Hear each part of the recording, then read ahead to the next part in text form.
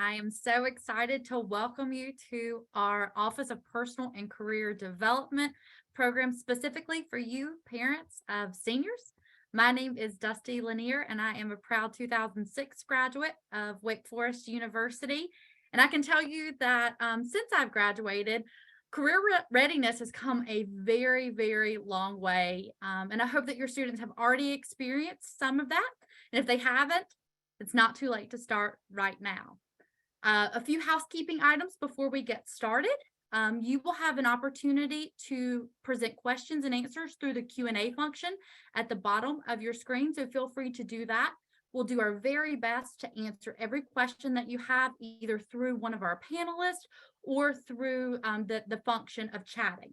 But it is my honor and pleasure to introduce who is really a rock star at Wake Forest University and probably needs no introduction. But Andy Chan is with us tonight. Andy serves as the Vice President for Career Readiness and Engagement. He is on the President's Cabinet, which says to all of you our commitment to ensuring that we have our students ready to go out into the workforce. He oversees all of our employer relations, career coaches for all of our students and alumni for our undergraduate college and business schools. He also oversees our pre-college programs that are designed for high school students in the Winston-Salem, Charlotte, and online programs. One tidbit that I am very proud of, and Andy will not say this, so I'll take the chance to say it, is that for our class of 2021, 98% of that class who graduated were gainfully employed or in a graduate program within 6 months of graduation. Those are huge numbers, and I know excites every one of you parents. We expect to see that for the class of 2022. And Andy, I'm going to go ahead and say it for the class of 2023 as well. So without further ado, Andy, please take it over. Thank you, Dusty, for that warm welcome and for that challenge. Appreciate that. And our team is up for the challenge. We're really glad to be able to speak with you tonight. We're talking to parents of seniors who will be graduating in 2023.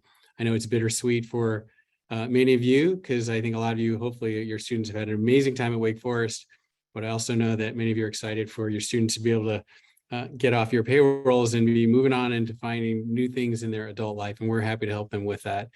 Tonight, we're going to have a discussion with some of my key team leaders who work on supporting our students. The two people tonight manage two of our very important teams. Dana Hutchins oversees our employer relations team, and Heidi Robinson oversees our career coaches for the OPCD, which is primarily all of the students in the college. And both Heidi and Dana know a lot about students who are in the business school, if you're interested in learning a little bit about that. I'm going to start by asking Dana a few questions. Take about 10 minutes there, take 10 or 15 minutes with Heidi, and then we have a couple great students who have gone through the process working with our office, as well as a recent alum who's the fellow in our office, to give you their perspective on what the experience is like, but also how you maybe as a parent can help your own student navigate successfully from Wake Forest to life after Wake Forest. So Dana, let's start with you. You deal with a lot of employers. Maybe you can talk a little bit about the current state of the job market for students who are seniors right now. I'm curious, do you see it being much different than past years, and how you would characterize it? We are very fortunate that we are in a strong employment market right now. We have had a lot of high activity with recruitment with employers compared to past years. If you look at our Handshake numbers, we have got over 30,000 employers that have connected with us on Handshake to post their opportunities.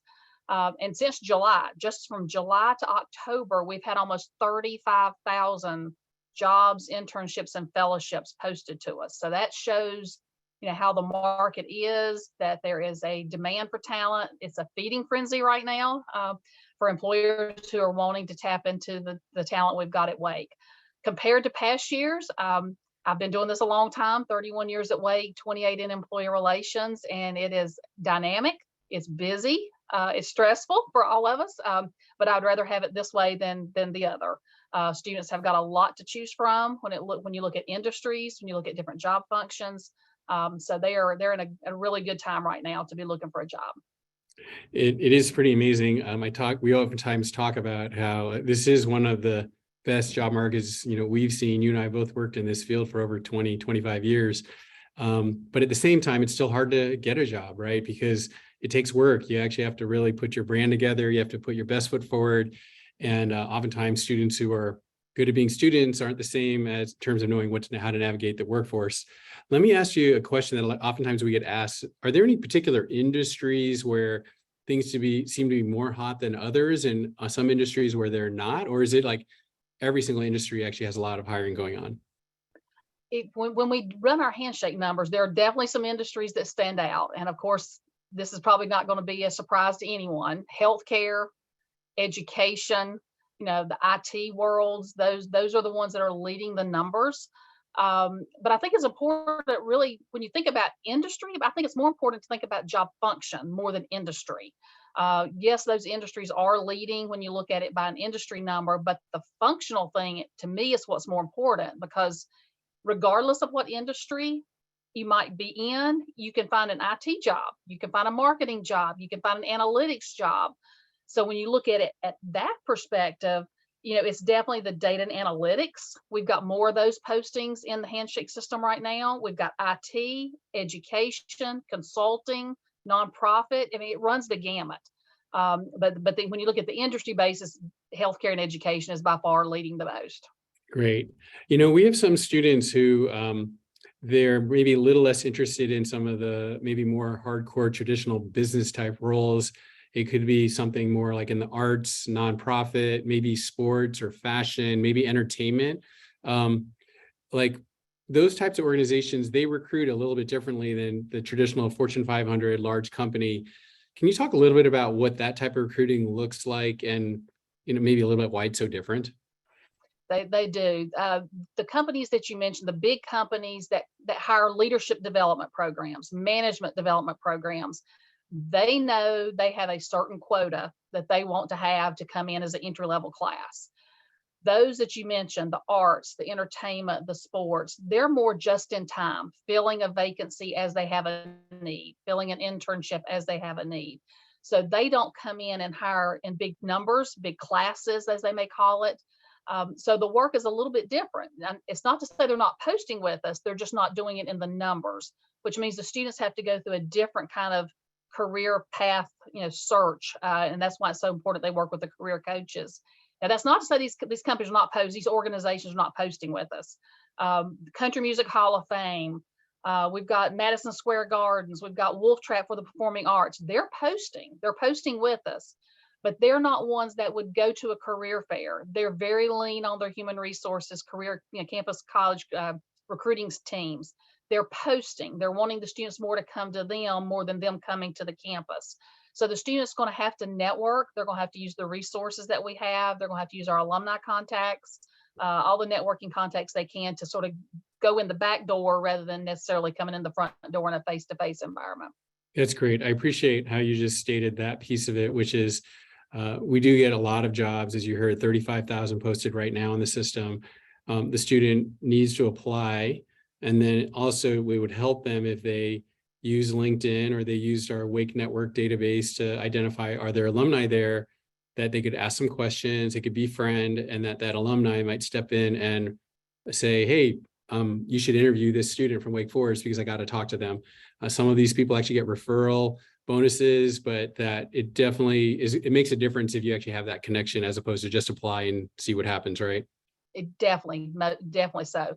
And one thing, for parents to realize too is, most schools are using a product like Handshake.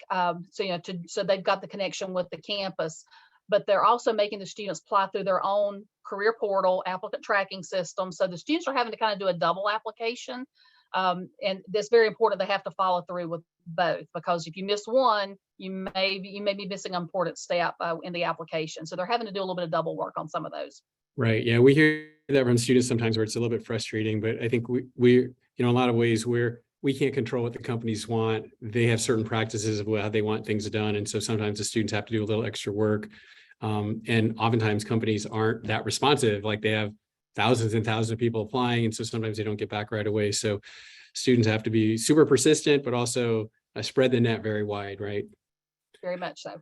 Let me ask you another question. So we talked about Handshake a little bit. Can you talk about how a student can best use it? We talk about having students complete their profile.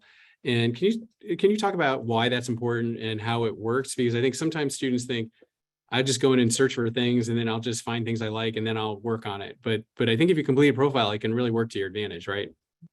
There are so many reasons why they need to have a complete profile. The first is the system's a smart system. It's got algorithms behind it that will actually make it easier for a student to use the system. As I mentioned, 30,000 opportunities. If a student does not use the features that the system provides for them, they're going to be overwhelmed. And we've had students who say, there's too much in here. How can I get through, everything I'm seeing? When they have a complete profile, they're able to select their industries of preference, their locations of preference, a job functional interest. And when they set those criteria, the system feeds them opportunities that match what they're looking for. So they're not getting things they're not interested in. So it helps them in that perspective. It definitely takes the 30,000 down to a manageable number.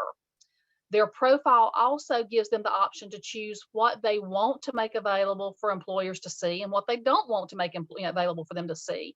If they choose to make their profile viewable to an employer, it actually allows the employer to scan certain pieces that they've given them permission to. A student's able to find the talent in a student that maybe a student hadn't applied to them. So it gives them the option to have a direct connection from an employer. It also gives our employee relations team, when they have a complete profile, information. So if we get something on very short notice, which we often do, we'll have an alum that reaches out and says, my manager just walked in and says, we don't have any Demon Deacon resumes for this job. Can you get us some by tomorrow? When we get those kind of requests that come in, our team's able to use the parameters that the students have told us they're interested in to send an email out to say, hey, you said you were interested in this job just come across our desk, take a peek. So we're able to message students in a very timely manner. The system really can work for the students. And the probably one of the bigger things to think about is when the students are searching themselves also, it's also got a lot of filters. So students can filter the opportunities when they're in there doing their own searches. They can set searches to run for them. So if they're in a busy week, with exams and midterms and they don't have time to log in, they could set searches to run, every so many days to feed them any new opportunities. That way it keeps them up to date with what's going into the system and they don't miss key deadlines. So there's so many features to do the system, to have their profile up to date. They just have to make it work for them. That's super helpful, Dina. You're right. There are so many features. And I know that for some students, it can feel frustrating because it's like too much, but it's a little bit like any kind of software. You have a new phone, you have to spend a little extra time getting it set up. But once you get set up, it starts to really work on your behalf. So I think helping students understand like it's worth it. One of the other things that is sort of related is we have these newsletters, career pathways newsletters. And in the same vein, can you talk a little bit about how those work and why those are important resources for students to be aware of? Students can opt into any of our newsletters. They may have an interest in one, may have an interest in all five, but we decided to put together some newsletters so we could tailor opportunities, messages, events, resources, tips that kind of fit certain industries. So students have the option to, they want to subscribe to all of them. We have one that pertains to consulting, one that's accounting, finance, anything financial services related. We've got a STEM and analytics. We've got marketing, advertising, sales, PR, and we've launched a new one called Impact, which has a lot of our nonprofits, government service, education, those that fall into that kind of category. So a student will connect. We send those once a week. We usually those go out on Monday. Has a little bit of a tip from a career coach. Has employee relations information. Has events that can be tailored to a student's interests. Great.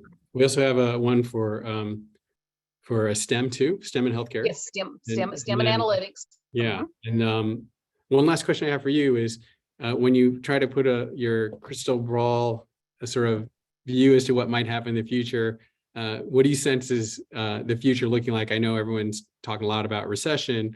What do you think? And also, what should a student do given, if things aren't looking so great in the future, like what would be good for them to do right now? I wish I had a crystal ball. I'm very hopeful that the spring semester is going to be just as busy as the fall semester. In fact, we've had so much interest from employers once our fall career fair was over. When's your next one? That we launched our career fair registration early because companies wanted to go ahead and lock down dates to return to campus. You know, I don't see anything changing anytime soon, even though there are those rumors about, potential recession coming up. For what I would advise students to do, definitely use the career resources that are available. Students that are already job seeking are probably already using those processes, but a student who may be waiting, I would encourage them to go ahead and start using the Career Center, get their resumes ready, start thinking outside the box, start applying to many opportunities. Even though the market's good, the competition is fierce. And they do need to make sure they're kind of spreading their applications out, and they need to do them early. There are too many companies that are posting opportunities with a long application period, but they're actually reviewing resumes on a rolling basis. And if they find the right candidate early, they could take a posting down early. So students are notorious for waiting to deadlines. This is not the time to do that. When they're looking for a job, I would say be early in applications. Think outside the box. There are companies that they're not going to be brand names to them. Companies that they need to maybe do a little research that may be just a hidden gem. So they need to think outside the box and apply to things that may be not just on their radar. Thank you, Dana. Really great specific direction. It's really important for students, if they haven't updated their resume or cover letter recently, to come to either the OPCD or to the coaches in the business school to get some feedback. Oftentimes people might be applying to jobs, but aren't putting their best sort of foot forward in terms of how they're talking about themselves. So I think that is an important thing to consider. And the other thing is that sometimes there are a lot of jobs that'll tell you they're looking for people with 2 or 3 years of experience.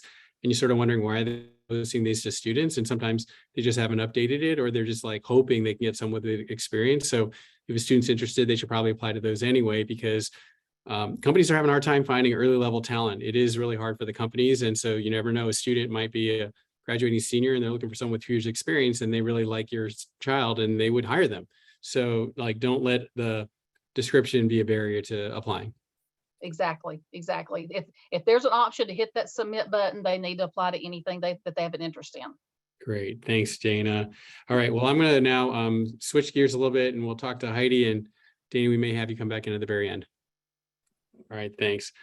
Hi, Heidi. I think many of people online probably have heard of you. And if you haven't, Heidi is our Associate Vice President in Personal Career Development, and also Associate Professor of Practice in the School of Education. She has designed and created all of the career courses that we offer for students. And then also we have an online version of those career courses in a product called Career Core that you can find on our website. She also oversees all of our coaches in the career office. So Heidi knows a lot about the college to career experience for our students. Heidi, let me start with just, a common question we get from many parents is, I'm trying every way possible to get my child to get engaged, and they haven't begun the process, and I'm worried about them. What should I do? And is it too late? Like, how can I help them get started? What's your thoughts on that question? Oh, it makes my heart squeeze when students say, I think I'm behind, it's too late. And we want them to know that they are never too late. In fact, they're working on their own timeline. And what we want to do is we want to come alongside them and make it less mysterious in terms of a process, but also so that we can help them go ahead and find those early steps so that they get some momentum. I will always remember Andy, one of our seniors who came in 2 weeks before graduation. And she said, am I too late? And we said, absolutely not. Worked on that resume, and she was able to find the thing that she was interested in, which was kind of a niche opportunity, but it is never too late. That's a long way of saying that. Great. Sometimes some students feel like because of their major, they're not that employable, and wondering how you help a parent talk to their child about something that maybe the parent doesn't have any idea. Like, given that major, I have no idea what kind of jobs they can get. And so they don't know what to say. Like, what would your advice be to a parent if your child happens to be in a major where you're not sure how it connects to the marketplace? Oh, I love this question so much, because as a school that has a proud liberal arts foundation, we love to talk about why every organization needs students from the liberal arts. And so the first thing that I think is that it's important for students to remember that organizations and employers are looking for skills. not necessarily majors. They want to see skills and experiences that will be valuable to the organization. And every major on this campus has important skills embedded in it. What happens is that sometimes when students get into this process, they begin to forget that they have very critical skills and experiences embedded not only in the academic, but also in the organizations in which they've served. So they need a little bit of a reminder that their skills are really critical, and that's what we need to highlight. And so we can do that in their personal branding documents. And so I think reminding them that all majors are valuable is really important, and they'll see that when they go into Handshake. I would say secondarily, we can do a keyword search based on those skills that we locate within the major that they have. Finally, I would say that we have an entire area of our website that is devoted to showing our what we call first destinations by major. In other words, a student can go on to our website and click on student and then explore majors. Once they open that tab, there's a very robust Excel spreadsheet that shows where, for example, psychology majors have gone for the last 10 years. And that is often a great reminder for students of the variety of things that can be found and landed within a distinct major. And it's also sometimes nice for parents to go ahead and look there too, to be reminded. I think the last thing that I would say for parents is that students often require empathy at this point. They are concerned themselves and feel the pressure and want to please you and please you and your expectations, and they're aware. And so to the degree that they can also know that they have your support is really important. And you would be surprised at how powerful support and words of support are. They're usually reluctant to ask for help from their parents because they feel like you've done so much. Great answer, Heidi. Thank you for being so comprehensive. One other thing that I also found interesting, a parent once told me, is that remembering that the first job is just a first job, and that usually it's a first job that is a platform to launching into something else. He sort of uses phrase ABC, any job, better job, career job. And then I know a lot of us want to have like career job as the first job, but that doesn't always happen for everyone. And so helping students and helping them map that out, we can definitely help them think that through, but that they're incredibly employable. I mean, Wake Forest students are really desired by a lot of employers. So it's a matter of actually just taking the time to actually, get your story together, clarify like what might be that good first job to get started, and then be able to go from there. So thanks for sharing that. Let me ask you another question. A lot of people ask about this now, like, the work world's changing. There's both virtual, there's in-person, virtual versus in-person, there's hybrid. And was wondering from your perspective, like, is one type of job preferred over another? Is it actually like really bad to have a virtual job? And how does a young person make it work to have a virtual job? Because I know a lot of us, we grew up in a time where first virtual didn't exist, but also like you want to have mentors and things like that. Like, I'd be curious, like, can you actually have a good virtual experience as a first job? I think students they can absolutely have good experiences that are virtual for their first job. I would say a lot of that depends on the student and on the individual and sort of what their highest values may be, if it's geographic. And so being virtual so that they can be apart from where that headquarters may be. Sometimes that is a very important piece for our students. What I would add is that there is some emerging research around the answer to this question, and particularly post-COVID, what do young professionals want and what might be helpful to them? So anecdotally here on campus, what I would say our students say post-COVID, that they really do want some in-person time. They want to have those relationships, and particularly for this group of seniors who are graduating, who were impacted by that time around COVID and being away from others.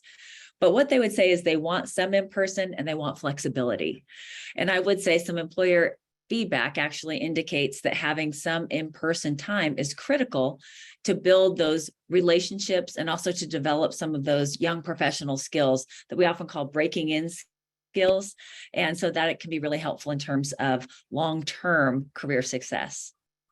Great. I definitely get that. That sounds actually like a good way to go. Because actually on our system, and even we find as students are looking at jobs, they can find some jobs that are advertised as virtual only, hybrid, or in person. So that is another thing that students have to navigate in the process.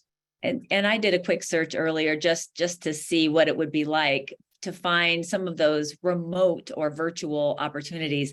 And as a key word, if one uses remote, there were more than 1,000 opportunities that popped up as full-time jobs on Handshake. They are there if students want them. And then there's a little bit of homework that a student might do to see what that flexibility might look like if that is what they want, is the hybrid. Good. Yeah. I think the one thing about this that we find a lot is that you can't overgeneralize, because every situation is a little unique. I have a daughter a couple years out of college, and she's 100% virtual, which I thought would be hard for her, but because her boss is really a great manager, well, actually, mentors her, by phone or on FaceTime, that she feels really seen and really valued and learning a lot. But I think everyone's got to make sure they do their homework around who's my manager going to be and what's the culture going to be like. And you have to do your part as the student, not in terms of being proactive about building those kind of relationships if you're going to be virtual. That's So right. I agree. A little bit more homework on that side. Yeah. So another question people ask is just the Wake Forest Alumni Network. And, a lot of people wonder, how do you get access to that? How responsive is it? And I know you have so many students, you've referred to many alumni. Maybe you can talk a little bit about it to give the parents a sense for how they can guide their students to tap into that network. So one, I would say we have a fierce alumni network, and they are standing at the ready. In fact, we have had some alumni say, hey, I haven't been contacted by a student. I really want to help. And so what we try to do is go ahead and facilitate many of those connections. And our coaches are highly skilled at not only having lists of alumni who have said, please call on me, but also within areas that may be distinct for our students, whether it's nonprofit, whether it is in a specific geographic location. They are really good at finding those folks. So the first thing I would say is that LinkedIn itself has a very robust mechanism to search for Wake Forest alumni. And if parents, if you would like to go ahead and look at that, do a search in LinkedIn for Wake Forest University.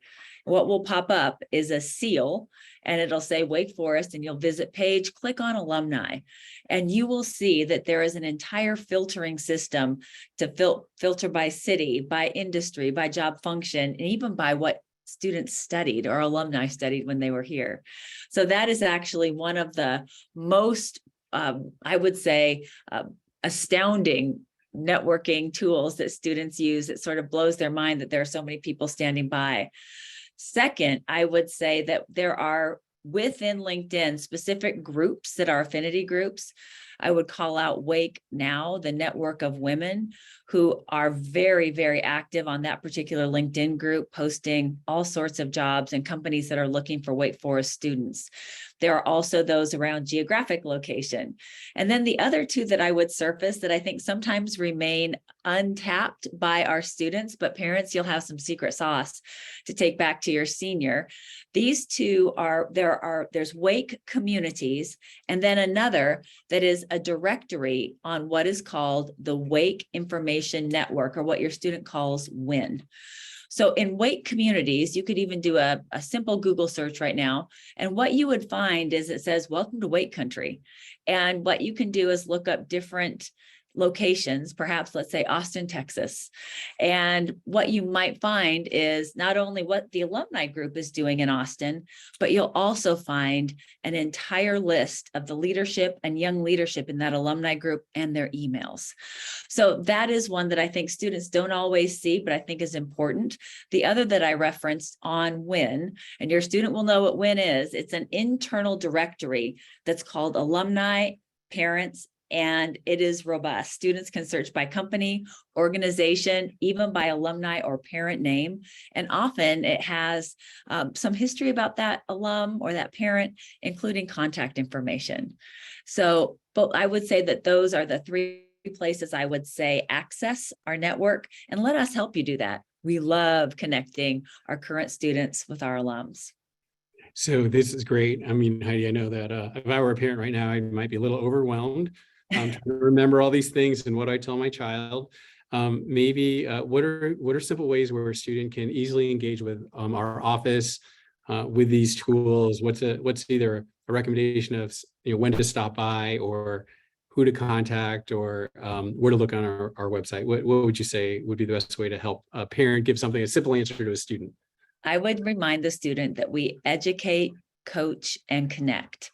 And so to come into our office and let us help you connect, help your student connect with people that are in areas of interest to gain information, but also to gain insight on the kinds of things they want to do or don't want to do, and the hidden job network that our alumni can access for you. We would love to help them explore these different directories so that they can see that they're not alone in the process, but also so they can access different opportunities. So I think I'm fishing for the winter office hours. Oh, be happy to have office hours. So there are office hours that I host every Thursday from 3:30 to 5, and it is just drop in. And I am there. And then we also have our graduate career educators who are there. And students come on in, they think of it as an appointment with themselves. And we can help them during that time use all of these tools to find not only to find the alumni, but also the etiquette around reaching out and accessing information from some of those folks who want to help them. Perfect. Maybe another sort of related question is, there's one career class that you've created that really works for seniors. Can seniors this year still get access to that, and what should they look for? So one of the things that I would say for seniors who are still in the hunt in the spring is to look for a course called EDU. This is the course number, EDU 299. And it will take place, it's a half semester course, and that will start in January and end at spring break. And students sort of run the entire career process during that time. We'll be sure they have a resume. We'll be sure they go to the career fair. They'll have a LinkedIn, they'll have a handshake, and they will begin to network because it's a graded assignment. And Wake Forest students love to go ahead and do those well. And so we really see students, particularly seniors, really leverage that course to go ahead and get some traction. Great, that's a good one. And can you also briefly talk about Career Corps if a student wants to do it like on their break, either during Thanksgiving or during the winter holiday?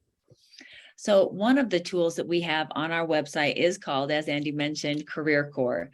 And what it is a self-paced career curriculum. And students can jump in and they can start from understanding self and move all the way through the career search process, or they might just jump in at career search process. So the beauty of Career Corps is that students can really decide what they need and go between, they might go start to finish, or they might jump in, do a part at the end, and then jump back. It's available to them at any time, and it really reflects a lot of the content that we have in our college to career courses, but it allows the student to do it when they are able to. And what we have been encouraging our seniors to do is to really consider that winter break a time to go ahead and move all the way through that Career Corps. Great, Heidi. I have one last question for you before I let you take over and have a conversation with our students and recent alum. When you think about some students who want to go to grad school, how can we help them, and what should they look out for from us? And then also, if in thinking about grad school, do we have any ideas on how to help them if they want to take a gap year? Oh, And absolutely. so maybe you can talk about both, like how do we help students interested in grad school, and then also they don't want to go right away, but maybe do some kind of gap year. How do we help them with that too? Perfect. I'm going to start with grad school. So one of the best things that we do is we start with a plan, a grad school plan. So here are when your applications will be due. Here are the kinds of schools that we should be looking at that fit what you need. And here is sort of a timeline about when we'll need letters of recommendation, when you'll need to be sure that you have all of your entrance exams completed. Here are some resources if you need to study for those entrance exams. So we walk them through that process, including personal statements. And we have some coaches who that is their swing, is the personal statement. So we go ahead and we're sure that students have that opportunity to walk through that process alongside our coaches, and to really not only go through the process, but to feel supported. And so I think that those are some of the things that are very important, and sort of identifying the things that they may not yet have thought of as they progress. In terms of gap year, that is very much a job search process. And so we love helping students go ahead and identify those places that may speak to the kind of grad school or professional school that they eventually wish to go. For example, my student right now who is pre-med, but is going to take that gap year. And so we're trying to find opportunities that are gap years that speak to his interest in medicine. I think the key with the gap year is that you want to make a choice that helps strengthen your candidacy for what is next. So for Right. him, he's looking at things in research, and he's also looking at things that may speak to more of a medical or clinical setting where he can go ahead and gain hours, but also tell a story. Great. What I really appreciate about how you describe it is that it's individual for every student. It depends on, where they're wanting to go, and then we can help identify what are the right resources and the way to get there. So I think, please, if you hear anything, it's like whatever your student might be wrestling with, send them our way.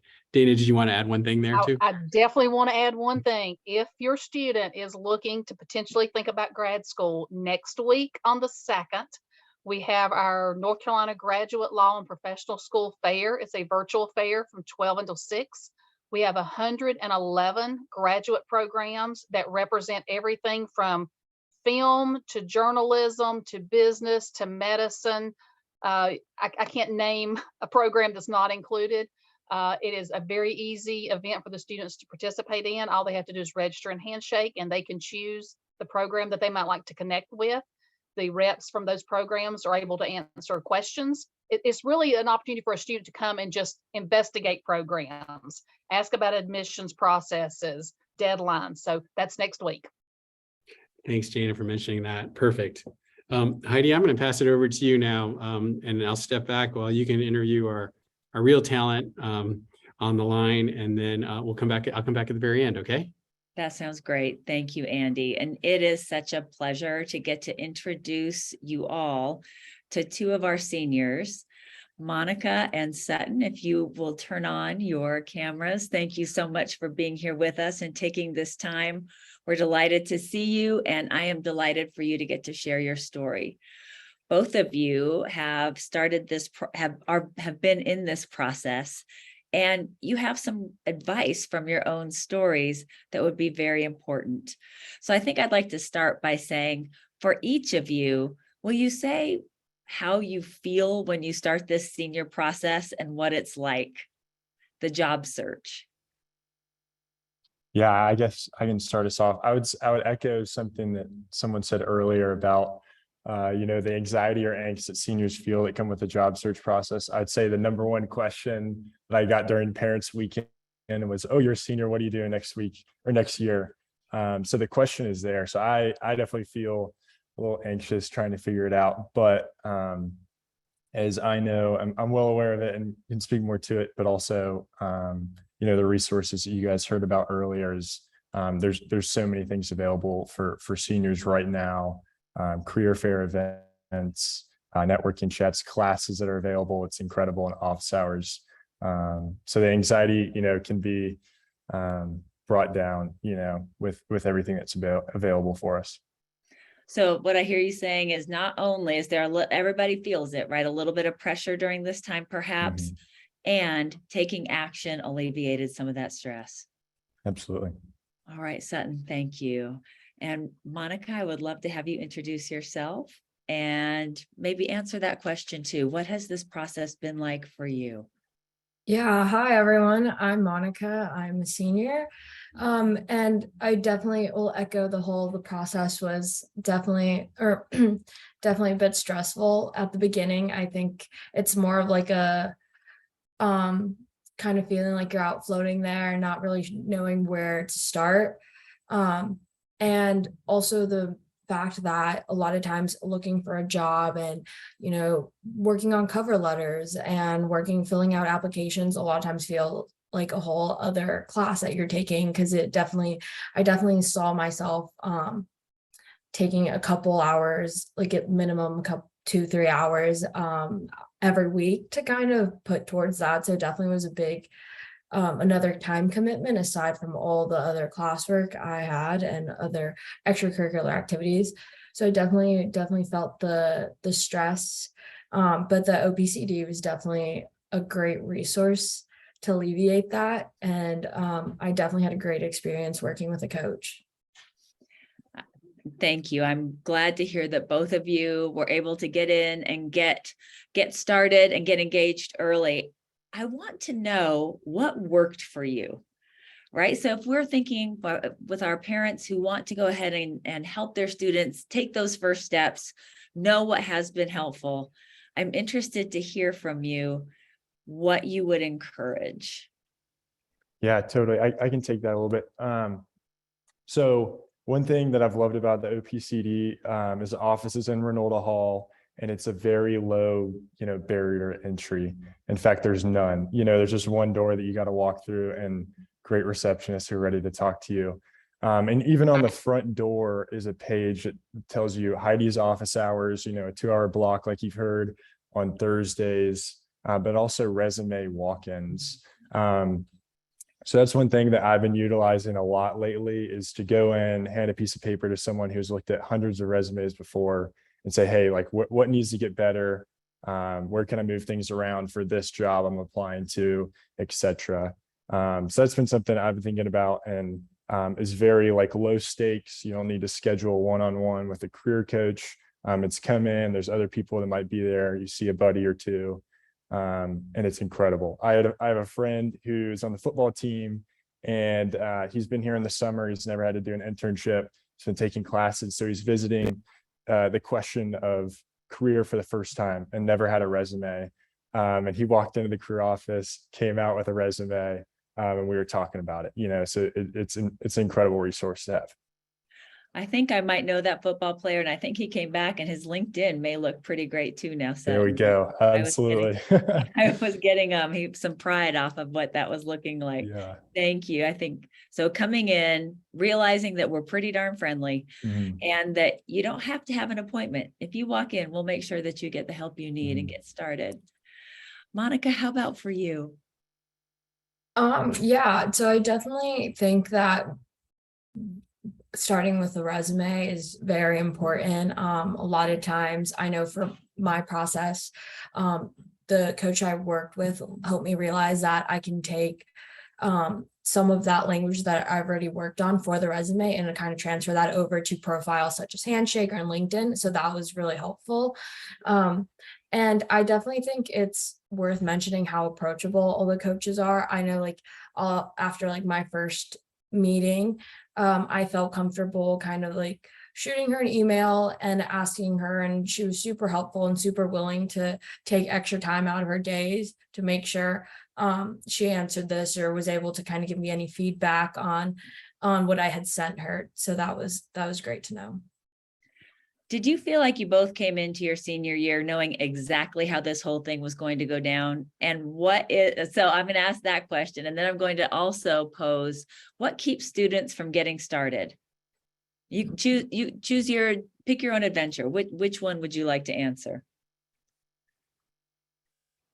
Yeah, I can go for what keeps, or a little bit of both. I personally had no idea what this year would hold, and so much has already happened since August. But one thing that I think keeps students from jumping in is, specifically, I'm a non-business major. I'm studying biology, and it took me a little bit to jump in to figure out, how to portray the power of my research in the lab, but also my biology studies and my liberal arts education more broadly, conversationally, into employers. So that's something that felt really daunting to me. But it's through Heidi's class that you guys have heard about, where I was learning to portray these skills, but then also through career coaching, just bringing it up more in conversation has made me feel more comfortable, and then visit the OPCD more often, and apply to more jobs where I feel more comfortable and my skills are more applicable because I know what my skills are. Oh, I love that. Mapping your major and finding those different things. And then Monica, as you answer, I also want to invite into our conversation our presidential fellow and young alum, Kayla, because I'm interested to hear her perspective as well. So Monica, stumbling blocks for students, and then Kayla, I'm going to kick it over to you as a young alum to hear from your perspective as well. Yeah, so similarly, I also don't have like business focused oriented majors at first glance, but definitely working with a coach, I was able to really, kind of get a pep talk and realize that I do have and have accumulated a lot of skills that could transfer and will transfer into that. And so I definitely think that at first that could be a bit intimidating thinking.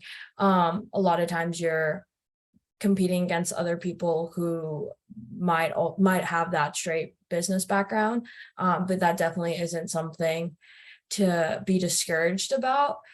And mostly, I think it's also a bit daunting to know that you're gonna hear a lot of no's or get a lot of thank you, but we've decided to not continue. Or, but that aside, I think it's definitely good to know that it might not be a simple process, but it's always better to get started. I know a lot of times when you feel like you're kind of nervous about a situation, maybe that's what causes procrastination, or you put it off some more, but it's definitely something you want to get started on and know that might be a long process, but definitely is going to be worth it.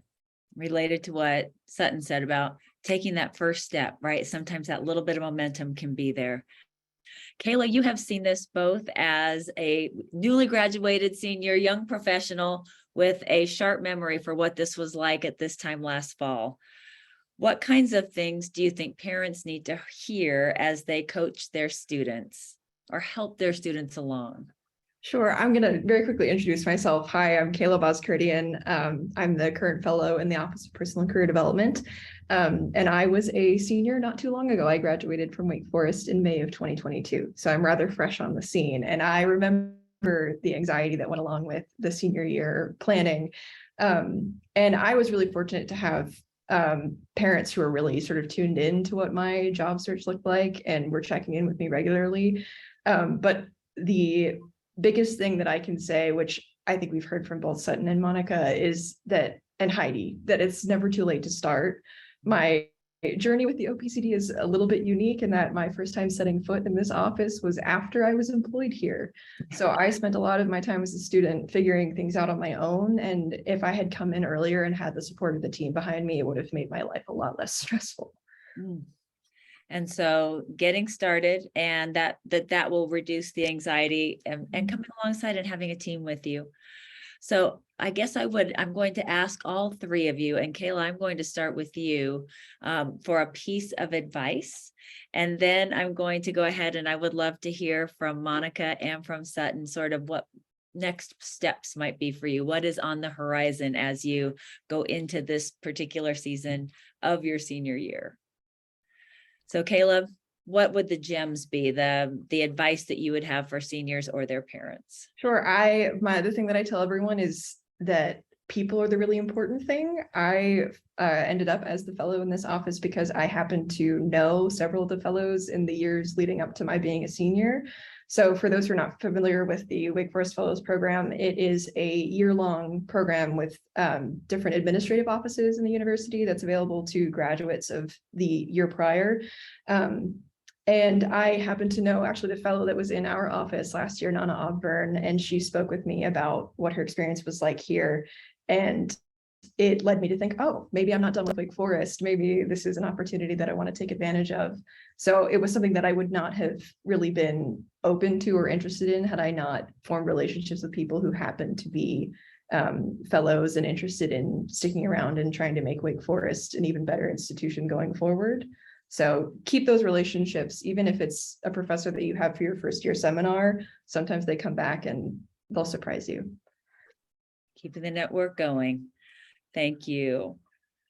Monica, how about you? A gem, a nugget for parents and or seniors, and then tell us a little bit about what's happening for you in this career search. Yeah, so kind of similar to the previous advice, I definitely would say to go to a lot of the events that either the OPCD host when they have companies come to campus, or if there's other offices on campus that are even holding alumni events, whether that's just like a quick dinner with them, any type of group, definitely it's good to keep an eye out on all types of newsletters that provide that information. For me, I think that's definitely was like a big, aside from going to the OPCD and connecting with a coach to work on my resume and work on profiles, and to kind of have that support team. I think that was the other biggest thing, was definitely, you never know what alumni you're gonna meet when you go to any type of event. So it would never hurts to do that. Kind of similarly going off to what the future holds for me. I have accepted a position at Deloitte as an analyst for their government and public services and in their Arlington office. And funny enough, it was at an alumni event spring of last year where I first met one of their current consultants, who I then was able to reconnect with at the career fair and a different Deloitte event. So that's why I say it's very important to be able to go attend these events and meet alumni. They really made the whole process very enjoyable, and it really gave me a good idea about what the company does and the dynamic, and it made me really excited to apply and really excited to accept the position. And will you say your major just as we transition over to Sutton? Yes, so I'm a sociology and politics double major with a concentration in business Spanish and a minor in Latin American Latino studies. Thank you. We just like to be able to emphasize where all majors can go.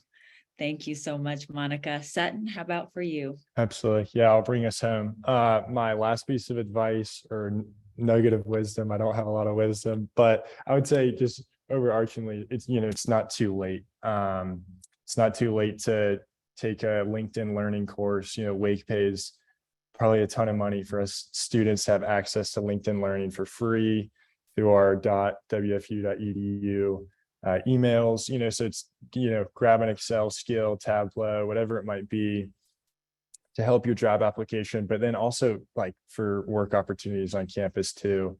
There's a ton of available ways to jump into a lab or work for the athletic department, whatever it might be. Anything and everything is available at Wake for you.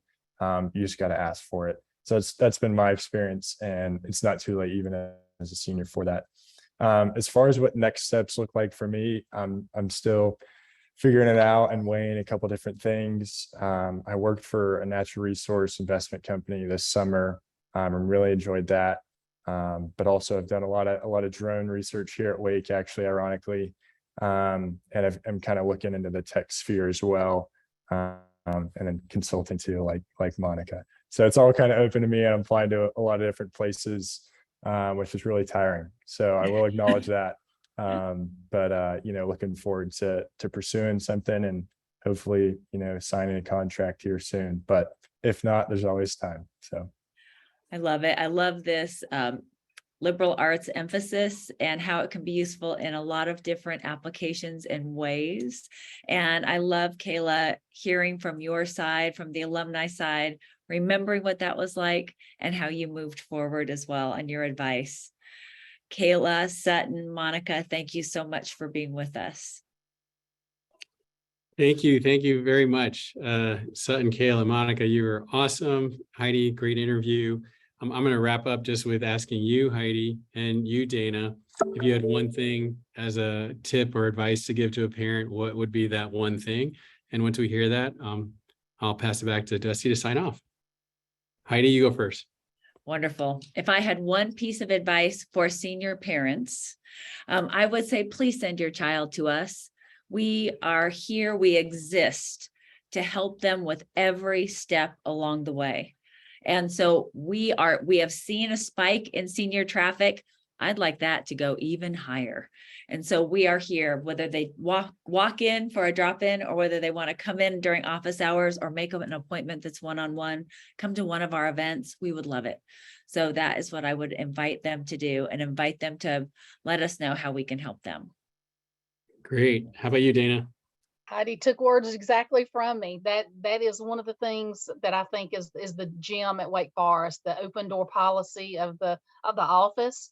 whether it's a career coach or the employer relations team, is, have your student reach out to us. They do not have to know where they want to go or what they want to do. They just have to start the conversation with us and let us help alleviate some of those fears and get them started on the right path.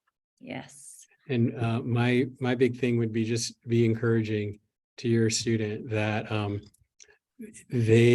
there's so much potential in them, and that maybe you're not seeing it, or maybe you could be frustrated that they're not working hard enough, but they just need to keep on being encouraged, and that it will work. I guarantee you. I mean, we've just seen it year after year that at some point the light just goes on and all of a sudden they're like, oh, I'm ready to roll.